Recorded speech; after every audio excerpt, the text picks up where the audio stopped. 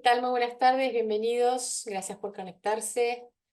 Vamos a dar comienzo a este ciclo nuevo que hemos diseñado con la doctora Joana Faliero. Un minuto, ¿eh? Me estaba acoplando el sonido. Bueno, acá estamos. Vamos a ver el nuevo ciclo de derechos de daños en la era digital. Consta de 3 clases. El día de hoy vamos a ver la poncidemia, los esquemas piramidales y las nuevas estafas virales online. La responsabilidad legal detrás de la promesa de lo imposible. La responsabilidad de los influencers y el marketing agresivo desde la perspectiva jurídica. La siguiente clase, que es el lunes próximo, vamos a ver la apdemia, apps para cuestiones relacionadas a la salud mental, salud emocional, la asistencia y el bienestar emocional, los eufemismos en la ilusión del principio precautorio y de prevención. Y por último, siguiente lunes, las otras epidemias, fraudes bancarios y las estafas en e-commerce, la respuesta jurídica en la casuística y la autodefensa digital como primera barrera del derecho de daños en la era digital. Bueno, yo tengo la costumbre de leer una sola vez su currículum porque es muy extenso. Hoy toca leerlo, pero en las próximas 2 clases no. Para quienes no conocen a Joana Caterina Faliero, ella es doctora en Derecho con tesis doctoral distinguida en protección de datos personales de la Facultad de Derecho de la UBA, especialista en Derecho Informático con programa de actualización en Derecho del Consumidor profundizado y abogada en Derecho Empresarial y Privado de la Facultad de Derecho de la UBA. Consultora internacional, asesora y representante legal especializada para Argentina, Latinoamérica, Caribe y Unión Europea, directora de Faliero Attorney at Law, directora del programa de actualización de posgrado en abogacía de datos, Data Governance, Data Compliance, Data Ethics, Data Analytics, algoritmos, InfoSec y ciberseguridad e e-discovery de la Facultad de Derecho UBA. Directora de los cursos independientes de posgrado en actualización en Data Privacy, Data Protection, Data Governance y Compliance, LPDP, GDPR y DPO, InfoSec y CiberSec, anonimato, perfilamiento, identidad y evidencia digital.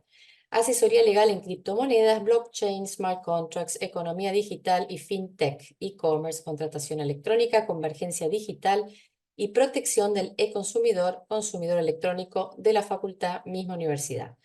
Directora de los posgrados en ciberconflictos, ciberincidentes, ciberinteligencia, Facultad de Derecho, Universidad de Palermo, y y Derecho Informático Avanzado, Legal Tech, Inteligencia Artificial y Algoritmos, Facultad de Derecho, Universidad de Palermo. Profesora titular de la materia Régimen Legal de Datos, de la especialización en Criptografía y Seguridad Teleinformática y la maestría en Ciberdefensa de la UNDEF. Profesora titular de la materia Derecho en el Ciberespacio del curso conjunto de homologación de competencias en ciberdefensa y curso básico de capacitación en ciberdefensa del Instituto de Ciberdefensa de las Fuerzas Armadas, Escuela Superior de Guerra Conjunta de las Fuerzas Armadas. Integrante del equipo asesor del Instituto de Ciberdefensa de las Fuerzas Armadas, misma escuela, autora de 7 libros, entre ellos Infosecurity, Seguridad Informática, Ciberseguridad y Hacking, To Hack and Not to Jail, editorial ad hoc, año 2023, La protección de datos personales, tercera edición ampliada y actualizada, misma editorial, año 2024, y el derecho al anonimato, revolucionando el paradigma de protección en tiempos de la posprivacidad, segunda edición ampliada y actualizada, misma editorial, año 2024, disertante nacional e internacional. Bueno, Joana, una vez más te tenemos aquí muy contentos de tenerte. Muchísimas gracias por estar nuevamente con nosotros y bueno, traernos esta propuesta súper interesante y actual. Y bueno, vamos a ver de qué se trata, ¿no? Todos estos derechos de daños en la era digital. Bienvenida. Bueno, muchísimas gracias, Irene. Muchísimas gracias a Microjuris Argentina, como siempre, por la convocatoria. Y bueno, bienvenidos todos los que nos están siguiendo por aquí, también los que nos están siguiendo a través de la página de Facebook de Microjuris Argentina. Bienvenidos a este nuevo ciclo de derecho de daños en la era digital. Y bueno, vamos a comenzar este ciclo, como bien les anunciara Irene, con una temática que es bastante preocupante en lo que respecta al derecho de daños en la actualidad. Específicamente estamos hablando de una suerte, como decirles, de neologismo.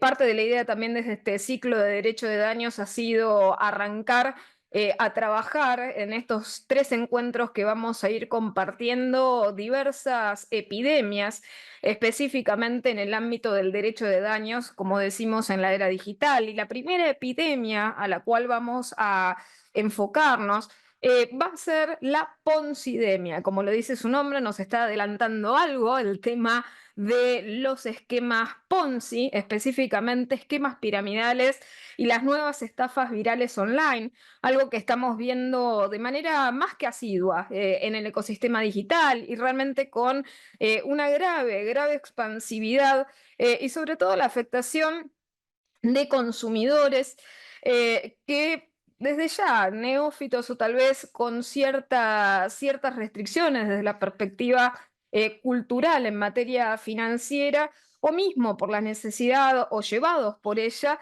terminan cayendo y siendo víctimas de estas estafas.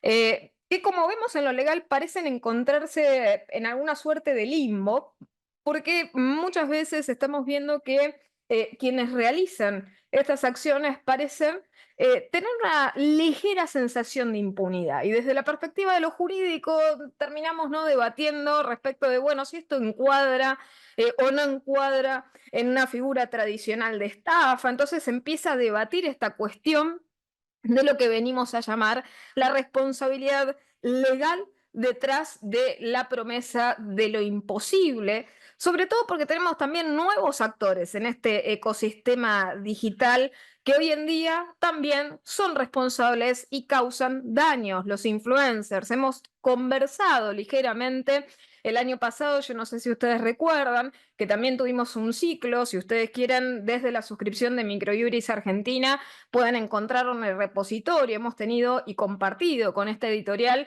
un ciclo sobre la temática de los derechos de los consumidores en virtud del 30 aniversario específicamente de la ley 2440, y dentro de estas cuestiones, bueno, también habíamos empezado a abordar el tema de los influencers, pero hoy nos vamos a meter naturalmente de lleno, y sobre todo con este tema del marketing agresivo, o sea, cómo llegan a los consumidores, usuarios, estas técnicas y estos sujetos desde la perspectiva jurídica, ese análisis que tanto requerimos para empezar de alguna forma a desenmarañar esta problemática que, como les digo, cada vez va a ser no solamente más frecuente, cada vez se está agravando aún peor por las diferentes facetas, por las diferentes modalidades, características que está adquiriendo con el paso del tiempo. Esto es como decirle una bola de nieve, cada vez es más grande esta bola de nieve y tenemos que tener las armas jurídicas para frenarlo y sobre todo para advertir a las autoridades de aplicación respecto de estas características. Así que bueno, arrancamos naturalmente posándonos en algo que conversamos en torno al tema consumeril, específicamente con este tema de la defensa de los derechos de los consumidores y de los usuarios en los entornos digitales. Está claro que en los entornos virtuales los consumidores, los usuarios tuvieron la necesidad de adaptarse, de adecuarse a estos nuevos ecosistemas a medida que estos fueron evolucionando. Está claro que el ecosistema virtual trajo muchísimos beneficios, muchísimas mieles para los consumidores y los usuarios de todas partes. Esto porque lo hemos charlado en materia de e-commerce. Es natural que el comercio, la contratación electrónica acercó a estos consumidores y usuarios un montón de acciones y de formas de vincularnos en nuestra era de consumo que antes no disponíamos. Entonces, está claro que, bueno, esto tiene ciertos beneficios, pero bueno, está también por el otro lado el contrapeso que nosotros vimos en este tipo de situaciones en la cual la virtualidad fue sustituyendo el tema de los intercambios lúcidos y presenciales y por ende ahí con el tema del deber de información y de las formas de vincularnos, naturalmente los consumidores también tuvieron nuevas problemáticas de acercamiento al fenómeno del e-commerce. También empezamos con otros problemas, el tema del telemarketing, o sea, la explosión del telemercadeo. Bueno, esto ha sido recién, como decirles, la punta del iceberg, porque ahí empezamos a ver un poco las características de algo que vamos a charlar ahora, que es el tema este de la viralización. O sea, antes lo que se buscaba era presionar incisivamente al consumidor, al usuario respecto de algo que se buscaba obtener de él, ya sea una suscripción, una adhesión, una contratación, Pero hoy en día el bombardeo informativo en el ecosistema digital es cada vez más fuerte. ¿Por qué? Porque se hace a través de múltiples canales, múltiples medios y con recursos de diferente tipología.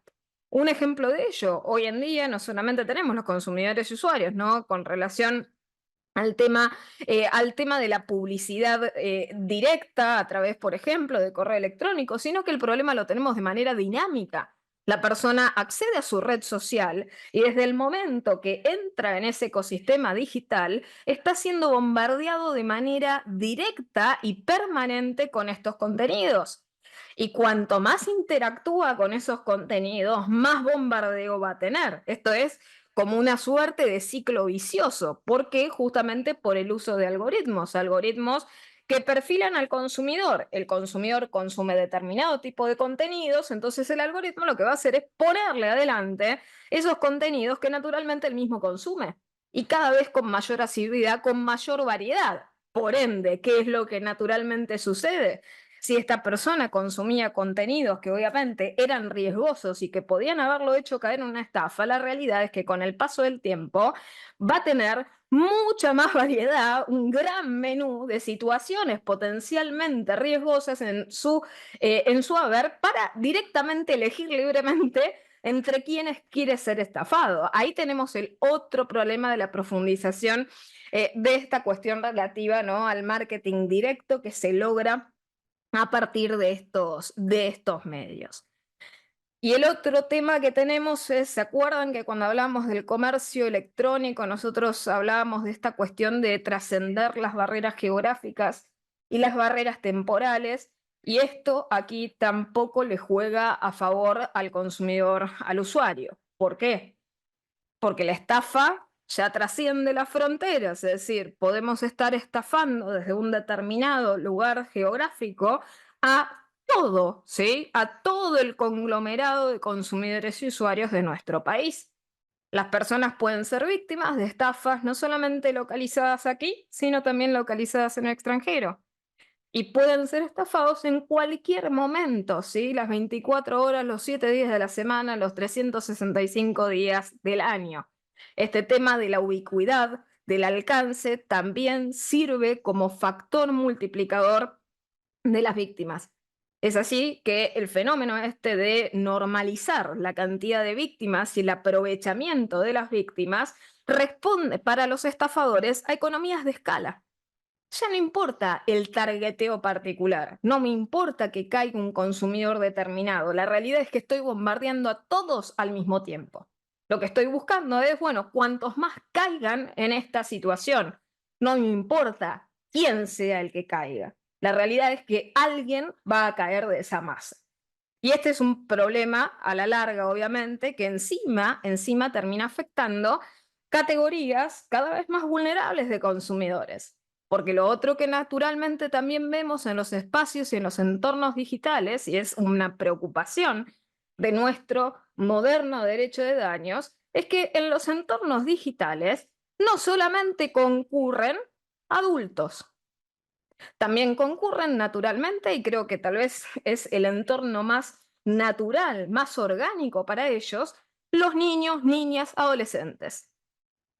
Y los niños, niñas, adolescentes también, obviamente, se hacen vulnerables.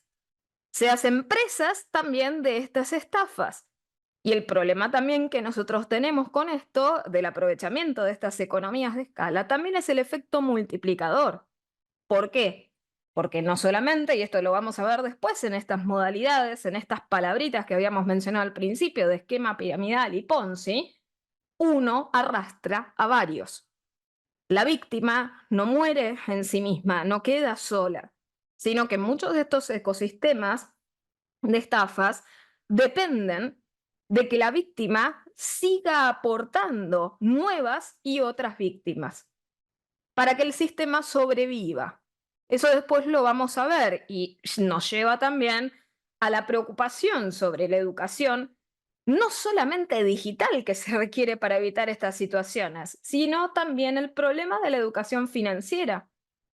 Porque en estos ecosistemas, en estas estafas, es fundamental algo que no siempre se ha culturizado a la gente, que no es solamente sobre lo novedoso en lo cual se le hace invertir a la persona, o lo novedoso del riesgo, o lo novedoso de las características de la inversión, sino el problema de la saturación de estos sistemas. Al no comprender el consumidor, el usuario de a pie, el concepto de saturación del sistema, es decir, la sobreabundancia de una oferta determinada. Esto es, si hay una grandísima bolsa de polluelos que participan en un sistema de estos en algún momento, esa saturación eclosiona y hace que ninguno pueda cobrar nada. Bueno, ese problema de la falta de comprensión de esos elementos técnicos desde lo económico hace que la gente siga cayendo al no comprender la verdadera fenomenología de lo que subyace. Es decir, la gente cree que la estafa en realidad muchas veces no era tal porque no se la dejó crecer. Es decir, cuando se la frena y se ve el fracaso de la misma, como ha sucedido en casos, a ver, de público y notorio conocimiento, en el cual han habido víctimas que convencidas de la situación decían, con total, a ver, disonancia cognitiva, porque no habían obtenido el retorno, no habían obtenido la devolución del dinero, respondían, no, yo no he sido víctima de estafa, el problema es que ustedes desarmaron todo esto antes de que empezáramos a ver los resultados de lo que estábamos haciendo. Y allí justo, bueno, en el chat están mencionando, ¿no? Mencionando varias situaciones de estas características y ese es el problema, la falta de cultura financiera, la falta de cultura sobre estos elementos técnicos, ¿no? Así que bueno, prosigamos un poco en relación a estos, bueno, nuevos desafíos de los entornos digitales. Allí también tomo del chat, dice, bueno, como un síndrome de Estocolmo virtual. Claramente hay situaciones de disonancia cognitiva y de síndrome de Estocolmo en estas cuestiones. Y después, aquellas que no lo son, es decir, aquellos consumidores, usuarios que tal vez a veces se privan de denunciar estas cuestiones. ¿Por qué? Porque también existe la cuestión de la culpa y de la vergüenza y de la humillación sufrida. Y ese es otro tema también sociocultural económico, es decir, las víctimas que dicen, no puedo creer haber sido tan bobo de haber caído en una estafa de estas características y no proceden a la defensa de sus derechos justamente por esa carga, por ese peso de la hipervulnerabilidad. Cuando en realidad acá tenemos que un poco, como decirles, clarificar la situación. Sin perjuicio está claro que desde ya los privilegiados que estamos en estos espacios tenemos la capacidad intelectual para distinguir una cuestión de la otra.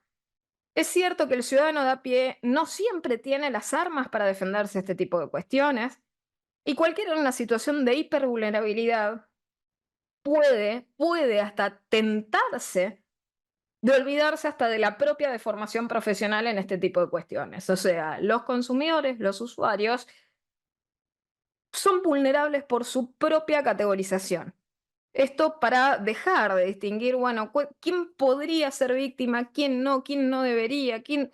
Es decir, los consumidores y usuarios, por la sobreexposición, pueden naturalmente ser víctimas de este tipo de situaciones. Y por otra parte, también el otro problema, tengamos cuidado con esto de solamente echar el peso sobre los hombros del más débil, cuando lo que tenemos que dar cuenta es lo siguiente, es una situación de gran escala, de la cual realmente deberíamos colocar el peso sobre los hombros del más fuerte de este ecosistema. ¿Y quién es ese más fuerte para perseguir la evitación de estos daños?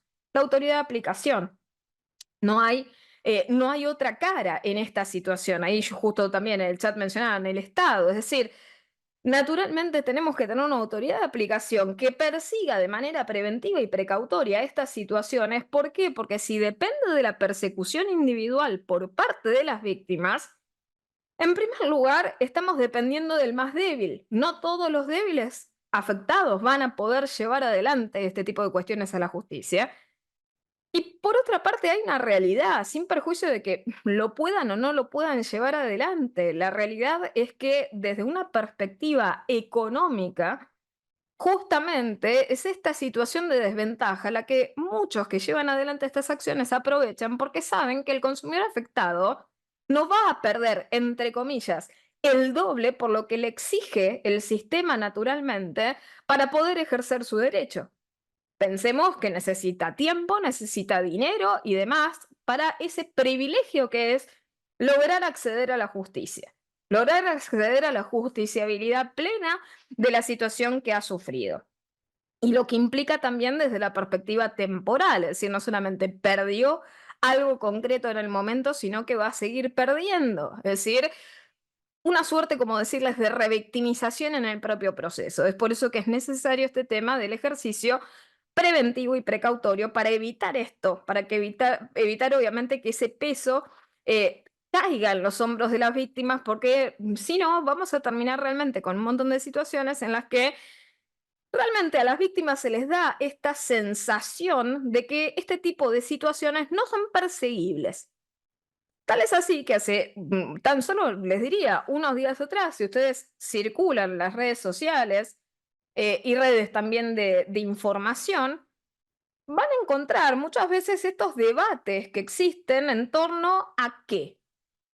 Bueno, a ver si estas situaciones encuadran o no encuadran en la estafa. ¿Por qué? Porque en el colectivo imaginario que existe en torno a tal vez no, la falta o la carencia de las armas jurídicas para enfrentar estos temas, existe tal vez esa creencia sesgada de que estas cuestiones entran, como les decía antes con esta expresión del limbo, entran en una zona gris. ¿Por qué? Porque no las consideran de manera directa estafa. Entonces se debate jurídicamente de si esto es o no es una estafa y demás. Bueno, entonces prosigamos. Está claro que los entornos digitales tienen de manera endémica, ¿no? Ese temor fundado de la incerteza de la realización de las operaciones. Pero hoy en día tenemos afrentas peores, ¿no? Al tema este de la confianza.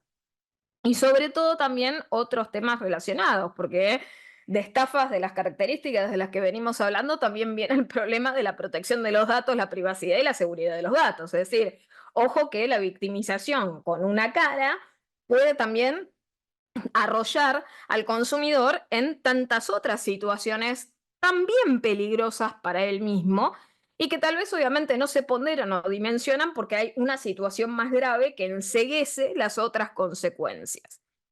Pero bueno, en definitiva, todas estas cosas que veníamos comentando nos llevan a un consumidor que está en un entorno digital de forma desprotegida y por sobre todas las cosas con una situación que engendra inseguridad jurídica.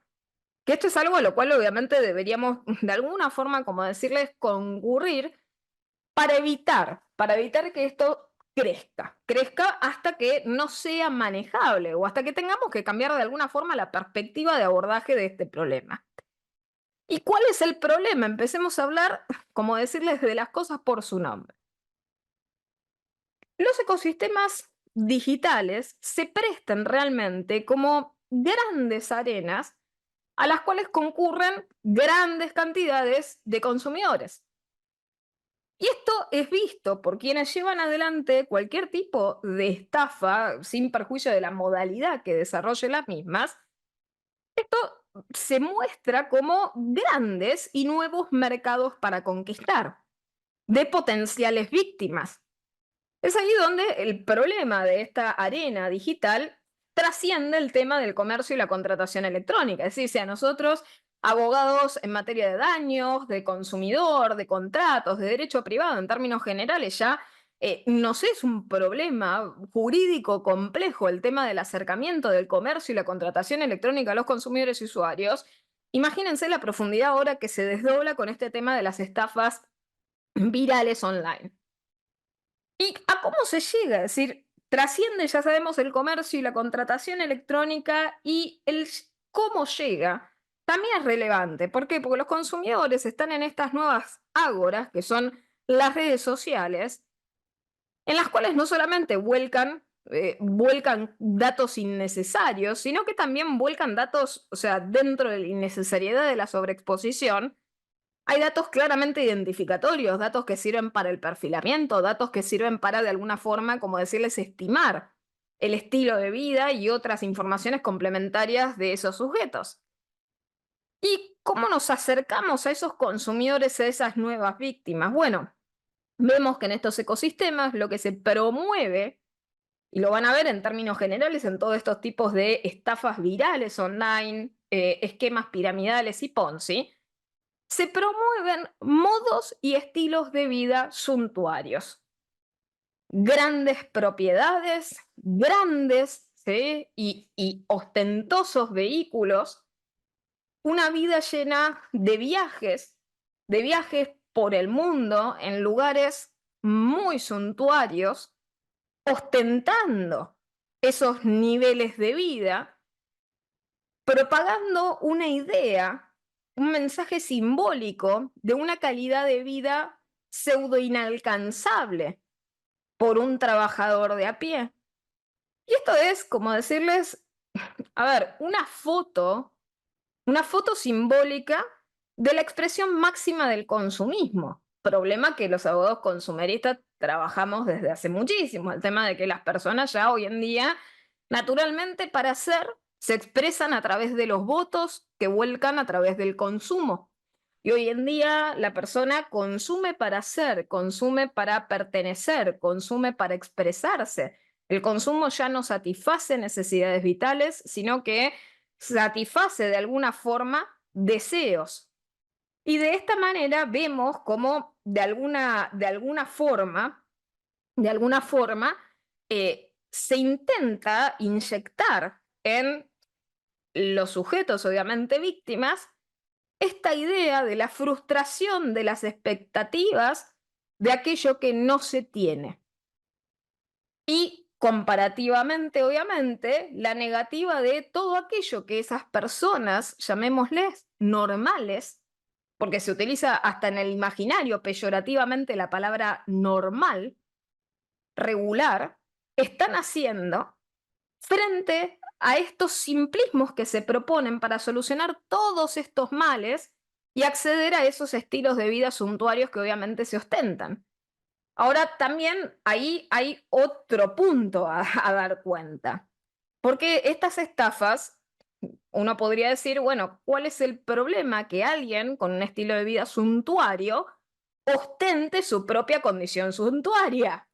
Y ahí ya tenemos el primer problemita. ¿Por qué? Porque muchos de estos que muestran esos estilos de vida suntuarios tampoco tienen esos estilos de vida suntuarios. Por lo tanto, para mostrar ese vehículo ostentoso, se te fotografían tal vez junto con un vehículo arrendado. Para ver esa propiedad inmensa y envidiable, tal vez están dentro de una propiedad locada, de la cual no son propietarios. Y estos alquileres, estas locaciones, estos arrendamientos son hasta del orden de un día, es decir, alquilar para la foto, locar para la foto. El problema es que en la realidad virtual todo se deforma de alguna manera. ¿Por qué? Porque el consumidor y usuario que ve cristalizada la foto de la ficción. Y eso es lo que se proyecta, es decir, si esta persona me está mostrando que está en un vehículo de estas características, y agregamos a esto, no solamente esta cuestión del alquiler, como decirles en el día, ahí hay otra prefiguración maliciosa de la situación, porque se está ostentando algo que no se tiene para hacer a otro envidiar algo que jamás se tuvo. El otro tema, ¿no? Es que además de esa, como decirles, de esa prefiguración, tenemos el otro problema del aceleracionismo. Porque el que lo muestra, es decir, si nosotros vemos que este mensaje nos lo da una persona, no sé, de 75 años, podríamos creer que es consecuencia natural de una vida de esfuerzos y que es natural el paso de la vida de haber aumentado progresivamente, como decirles, su capacidad adquisitiva hasta lograr estas cuestiones.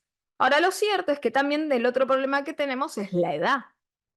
Muchas veces quienes nos ofrecen estos mensajes y quienes bombardean a los consumidores y los usuarios con estos mensajes son personas de las cuales, si hacemos los números, no nos da la vida para ni siquiera realizar la acumulación capitalista que están exhibiendo. Está claro que la respuesta está en la disimulación y la simulación, mejor dicho, jurídicamente, que les acabo de comentar anteriormente, es decir, simular que es tuyo cuando en realidad era locado, es decir, sacarte foto contra algo que no es de tu propiedad.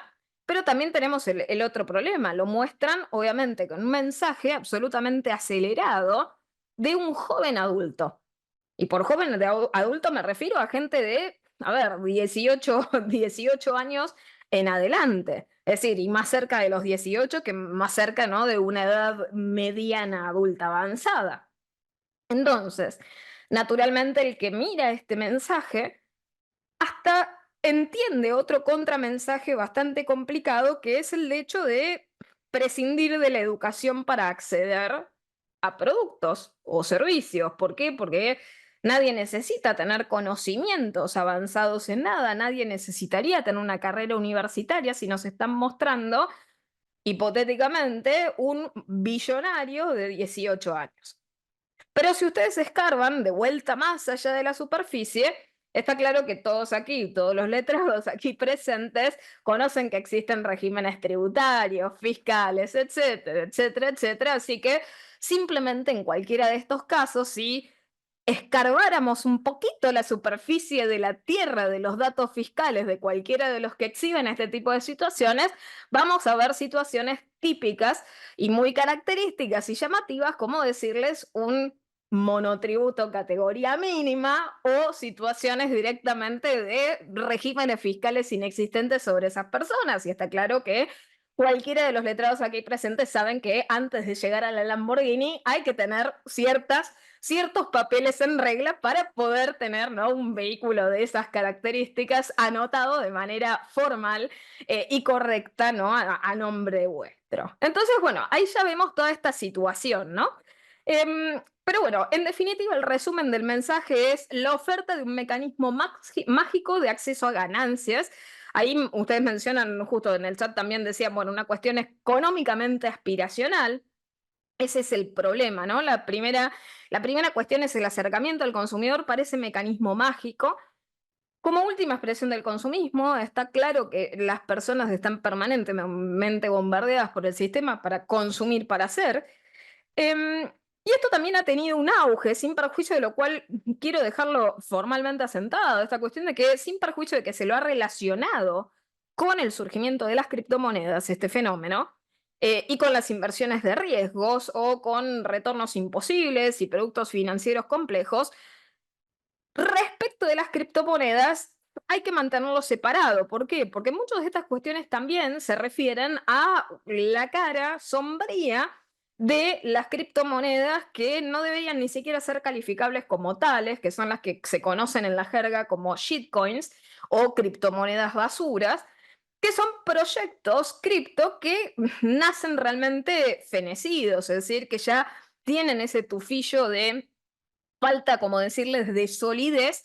Y es por ello que, bueno, muchas de estas situaciones también se relacionan con las criptomonedas.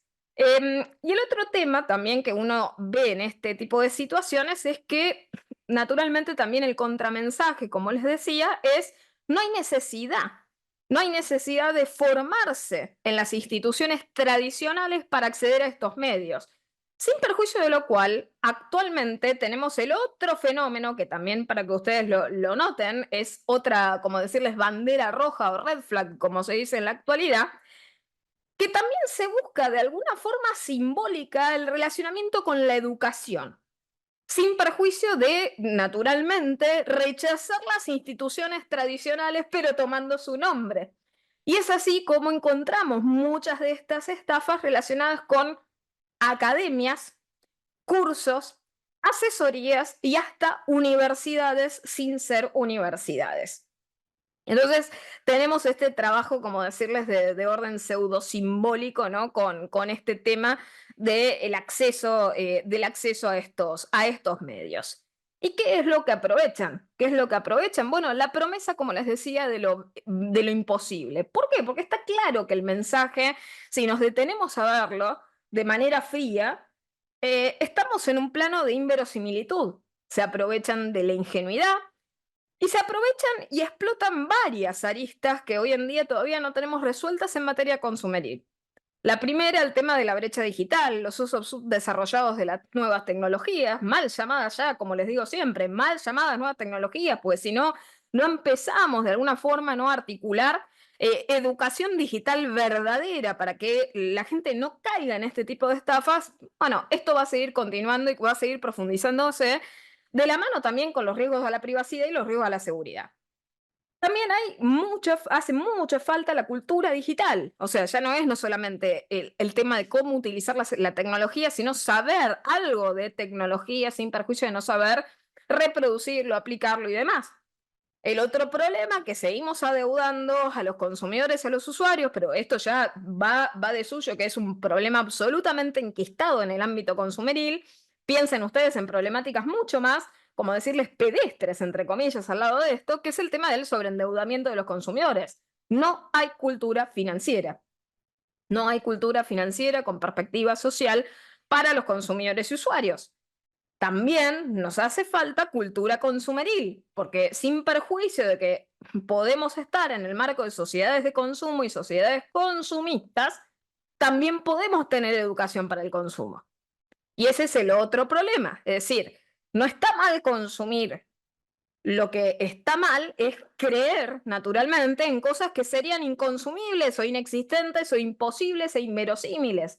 Entonces el problema que tenemos es que en esa educación de consumo no se apela a esta cuestión de poder distinguir a aquellos que, cual manzanas podridas en el mercado, buscan posicionarse en el mercado naturalmente, diciendo cosas que no existen para tener ventajas frente a sus consumidores y frente a los otros competidores. Em, por otra parte, también tenemos ahí el otro aporte que se hace desde la perspectiva del consumidor de a pie.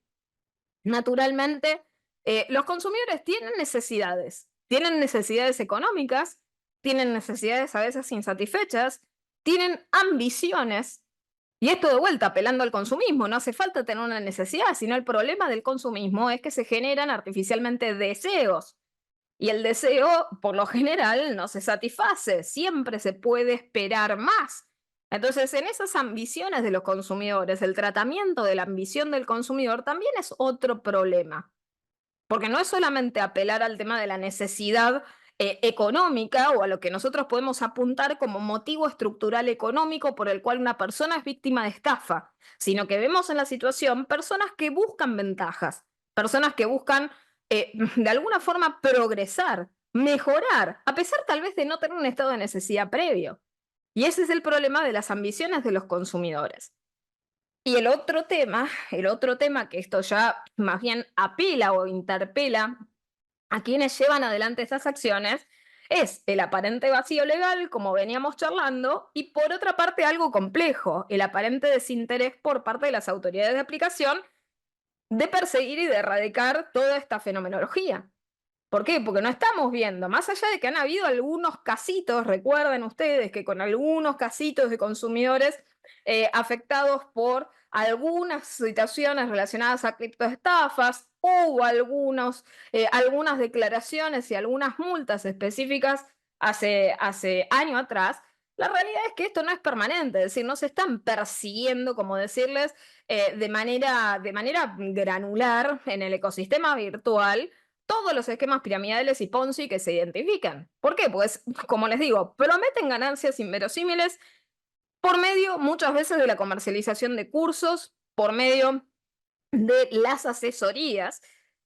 Em, Acá, bueno, Ángel decía, claramente aparente, es más que notorio, ¿no? O sea, es más que notorio y es más que llamativo esto, y creo que obviamente el desinterés de las autoridades de aplicación, uno lo ve por la falta, como decirles, por la falta de sanciones, ¿sí? Esa es la situación, no es porque no tengamos las herramientas jurídicas, respondiendo ahora a la pregunta que citaba ahí en el chat Andrea. Ahora voy a abordarlo ello. Bueno, siempre perjuicio de lo que mencionamos. Bueno, ¿a través de qué métodos se llegan con los consumidores, con los usuarios? Bueno, ya les habíamos mencionado en el título, obviamente, de este encuentro, el tema de los esquemas piramidales.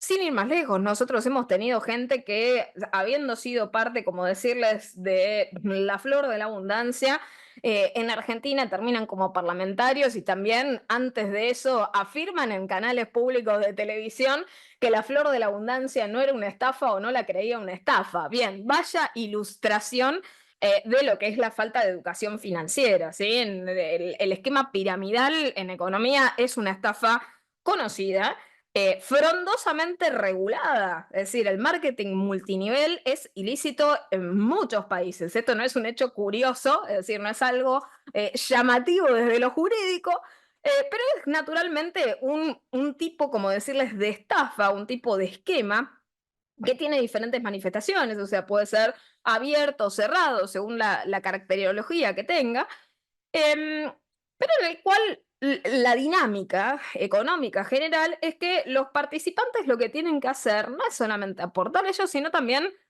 recomendar y captar a otras víctimas barra clientes del sistema, ¿no? Y la realidad es que piensan, ¿no?, a modo de fractal, ¿sí? Los que recomiendan también se convierten en otros que captan y así, como decirles, de manera progresiva el sistema va creciendo. ¿Y va creciendo hasta cuándo? Bueno, lo ideal, obviamente, para que no eclosione es que nadie pida todo lo que colocó allí. Y lo cierto es que en un estado de equilibrio prematuro del sistema, el sistema aparenta funcionar y esto, de alguna forma, como decirles, alimenta la idea de, entre comillas, los inocentes o los autoestafados que al principio dicen, bueno, no, esto funcionaba, yo he tenido alguna que otra demostración de ganancia al principio, ¿por qué? Porque existe alguna suerte, como decirles, de retorno al principio. Pero la realidad es que el sistema naturalmente depende para que existan esos retornos de que sigan habiendo más víctimas. El problema de esto, como bien lo dice la forma de la pirámide, la gente, como les decía al principio, no entiende el problema de la saturación. Esto es cuando hay un exceso en la oferta de los productos, cuando la pirámide se vuelve muy grande, no se le logra pagar a nadie y eclosiona, y estos son los desastres que nosotros hemos visto locales de todo tipo y color, ¿no? En relación a los esquemas piramidales. Y después tenemos el otro problema, los esquemas Ponzi, que son una tipología también de estafa piramidal, que también nosotros la conocemos y por eso le dimos nombre, ¿no?, a esta charla con este neologismo que se viene usando tanto para designar esta situación de la ponzidemia. Es una estafa piramidal en la cual, en el caso, también se le repaga a los inversores anteriores con aquello que ingresa por los nuevos, obviamente, afectados del sistema. ¿Cómo funciona el esquema Ponzi, en el cual la inversión es cero? Es decir, a los de, como decirles, a uno le tengo que pagar con lo que entra del otro, y lo que rezan, obviamente, los que están llevando adelante un ecosistema de estas características es que nadie pida retirar la totalidad de la inversión porque el esquema se cae, colapsa, ¿no? Em, y esto, bueno, también es una modalidad absolutamente distribuida de este tipo de estafas, y se agrega a estos temas también otros mascarones, otras, como decirles, otros escenarios de estafas virales online que se esconden detrás de lo que es el nuevo emprendedurismo. Esta situación en la que, además, ¿no?, de todas las fotos anteriores que les comentaba en torno a lo de ser propietario y ser propietario de bienes suntuarios y demás, de formas inexplicables, también tenemos el otro tema, ¿no?, de las startups, del descubrimiento, de la próxima y de la gran única inversión, y alcanzar metas profesionales en tiempos récord, y ahí les agrego justo lo que acaban de traer allí en el chat, los cursos para vender cursos, los cursos para vender asesorías y de asesorías buscar más víctimas, entre comillas, más alumnos para que esos alumnos también se conviertan en capacitadores, etcétera, etcétera, etcétera. Y vieron como ya esto que les acabo de decir es otra pirámide, ¿sí? Porque si estamos buscando más víctimas para dar el mismo curso y demás, bueno, estamos en una situación de estas características, y son todos mensajes que en la jerga actual podemos caracterizar como tóxicos, que apelan a este tema de la instantaneidad, de la falta de esfuerzo, de las recompensas inmediatas y de la diferenciación con lo regular. y se nos mete entre nosotros también en estas nuevas estafas virales online, otra palabra que también quedó inmortalizada con el caso que mencionara el doctor Bongiorno en el chat, el trading como actividad. Y esto también apela a otra cuestión, a la cuestión especulativa, el trading de criptomonedas, y es por eso que obviamente se lo ha relacionado tanto, ¿no? El tema de estas estafas virales con el ecosistema cripto, con las criptodivisas, bueno, justamente viene de la mano de este tema del trading, ¿no? Y está claro que nuestro sistema jurídico, ¿no? Como decirles de alguna manera para ir concluyendo, para ir cerrando, el sistema jurídico desde la perspectiva publicitaria responsabiliza, es decir, nosotros, nosotros tenemos un sistema en el cual la publicidad engañosa, la publicidad desleal se penaliza, es decir, lo tenemos tanto en nuestra ley de defensa de los consumidores y usuarios, la ley 24240 y modificatorias con el tema de, obviamente, los efectos de la publicidad y los tipos de publicidad que se encuentran prohibidos. También tenemos la prohibición de prácticas abusivas. Dentro de los incumplimientos contractuales, el consumidor, el usuario, tiene derecho, obviamente, a realizar también reclamaciones para exigir el cumplimiento forzado de las obligaciones y demás y demás. Ahora, está claro que con todo este tipo de soluciones muchas veces nos encontramos en el plano de, ojo, esto no se va a poder arreglar. ¿Por qué? Porque del otro lado, muchas veces que tenemos gente que se ha profugado con esos capitales y por ende no podemos volver con el dinero hacia los consumidores y hacia los usuarios. Y de allí el problema y la necesidad urgente de la prevención en este tipo de situaciones, porque cuando tenemos afectados, recuerden que también muchas veces tenemos en el medio criptomonedas y tenemos obviamente maleantes que lo que hacen es convertir los fondos para después anonimizar y de alguna forma impedir la trazabilidad de los mismos, podemos tener situaciones de vasta impunidad en las cuales los consumidores afectados no van a tener posibilidades de alguna forma, ¿no? Como decirles, para defenderse de ello. Y después va de la mano el otro tema, atado a la publicidad, que se los había mencionado al pasar, el problema del perfilamiento.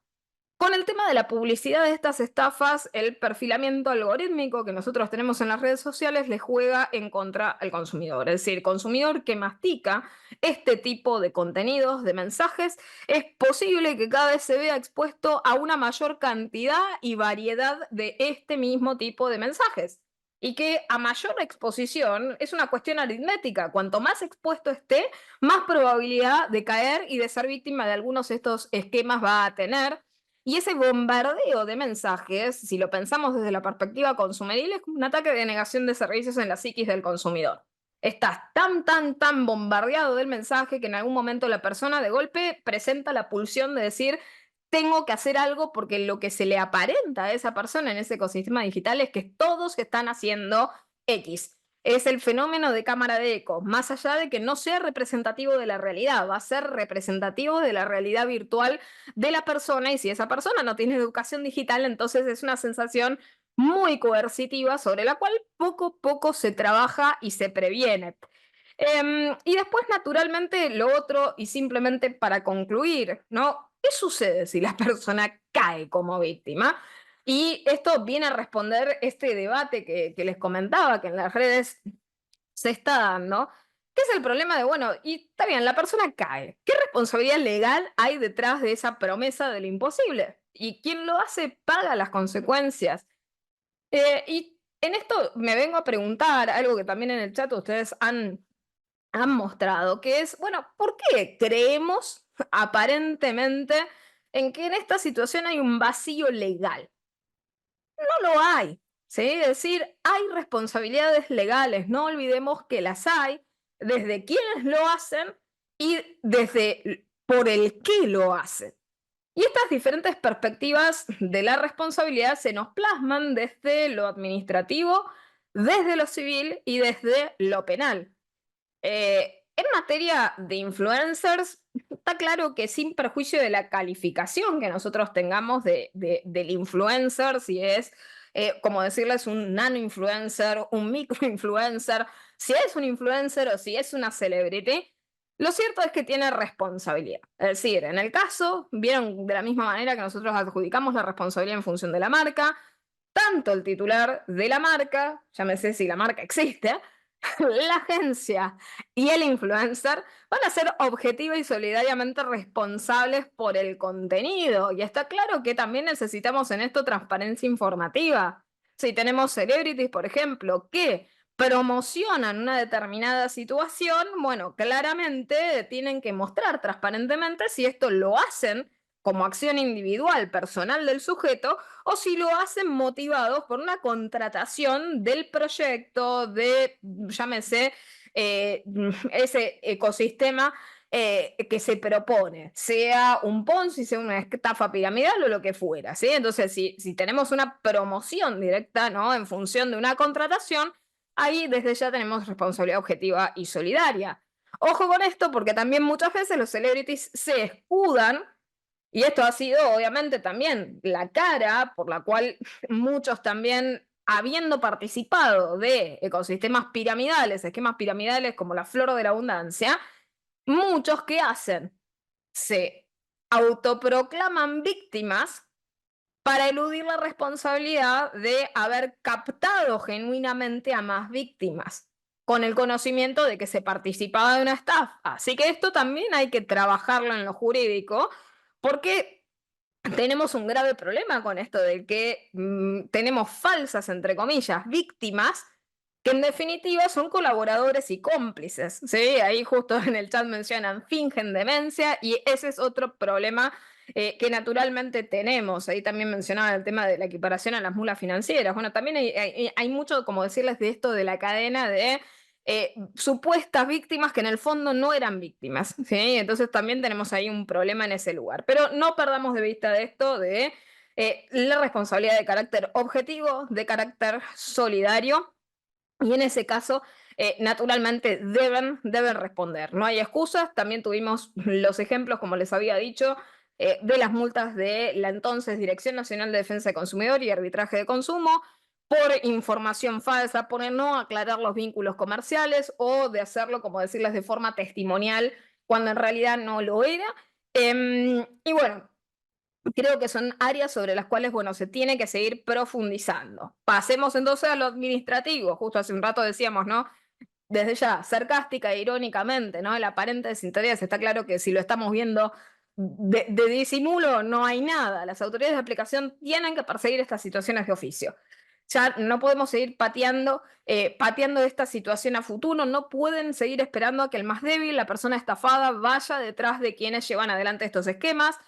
Es necesario que actúen verdaderamente de manera preventiva, de manera precautoria. Y esto para aclarar la situación, esto es como cuando se debatía el tema de las noticias falsas y se habla de libertad de expresión.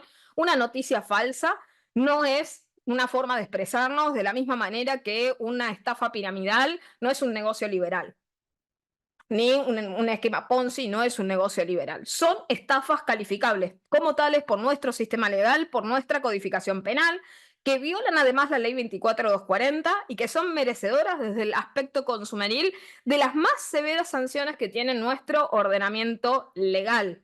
Entonces las autoridades de aplicación tienen que aplicar de lleno artículo 47 de la ley 24240, ir obviamente desde la más chiquita a la más grande, apercibimiento, multas, ¿sí? Y después clausura, desde ya, suspensión y demás, porque no podemos seguir esperando. Con el paso del tiempo, más víctimas caen. Por eso es necesario este tema de la prevención, la precaución y la actuación de oficio.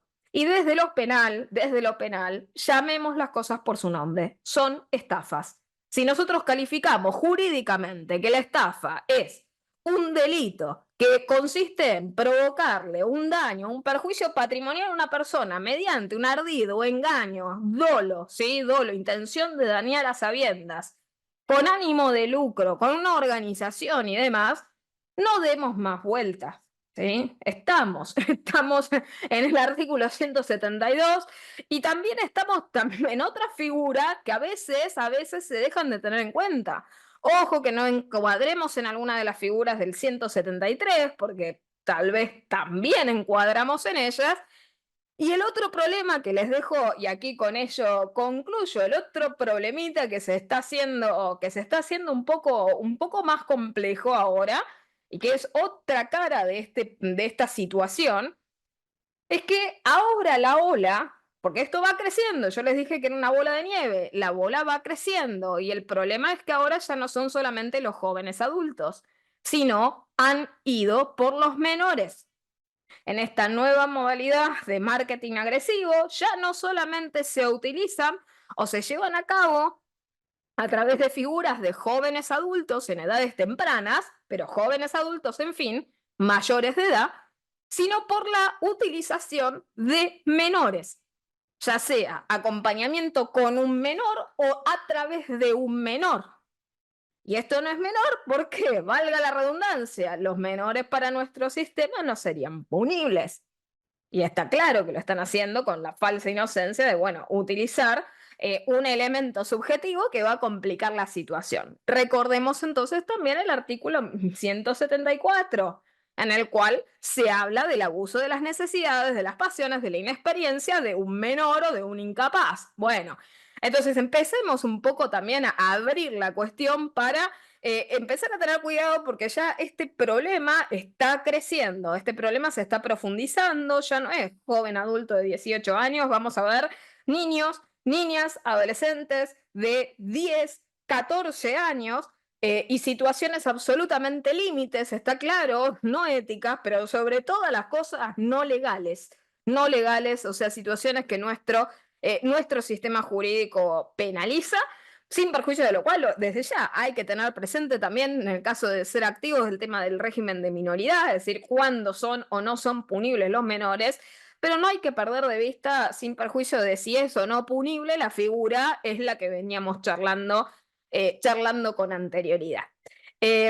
Así que bueno, simplemente cerrando, agradeciéndoles haber permanecido a lo largo de todo el encuentro por toda la cantidad de comentarios, preguntas, consultas y otras cosas que han colocado allí en el chat, les agradezco inmensamente.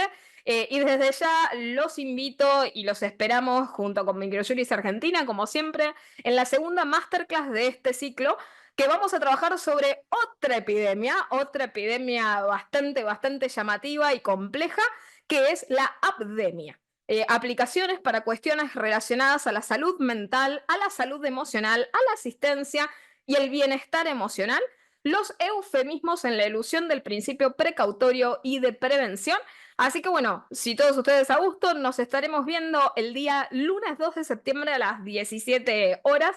Les agradezco a todos ustedes allí los comentarios y les dejo a continuación también contactos en redes sociales y demás datos por las dudas que quieran seguir por allí, ¿sí? Un saludo grande a todos. Irene, te doy la palabra.